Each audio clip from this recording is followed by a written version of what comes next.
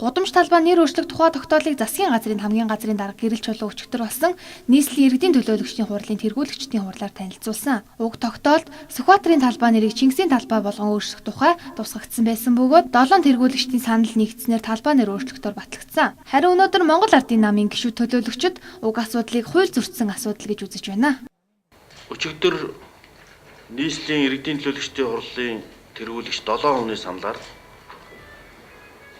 Сүхбаатарын талбайг нэрийг нь өөрчлөх шийдвэр гаргалаа. Энэ шийдвэр бол нэгдүгээрт хууль зөрчсөн шийдвэр болсон.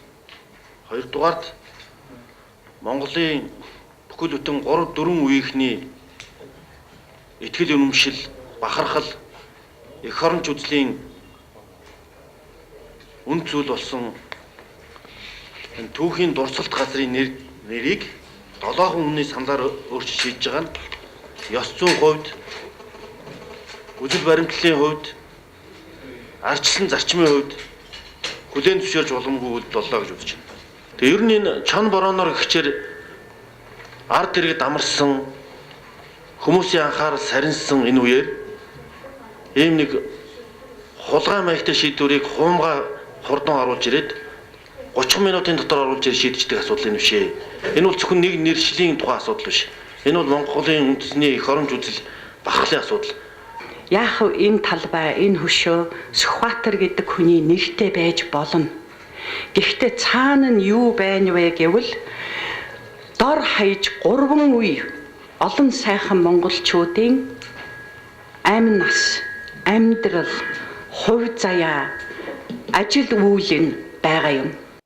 Сүхбаатарын талбай нэрийг өөрчлөх хэрэг нийслэлийн иргэдийн төлөөлөгчдийн хурлын тэргүүлэгчид болон нутгийн өөрөө удирдлах байгууллагт байдаггүй байна. Сүхбаатарын талбай бол хууль заагдсан нэр учир үүнийг өөрчлөх боломжгүй юм байна. Мөн энэ үеэр нийслэлийн иргэдийн төлөөлөгчдийн хурлын тэргүүлэгч өчигдөр хэрхэн Сүхбаатарын талбай нэрийг сольж санал хураалт явуулсан талаар мэдээлсэн юм а.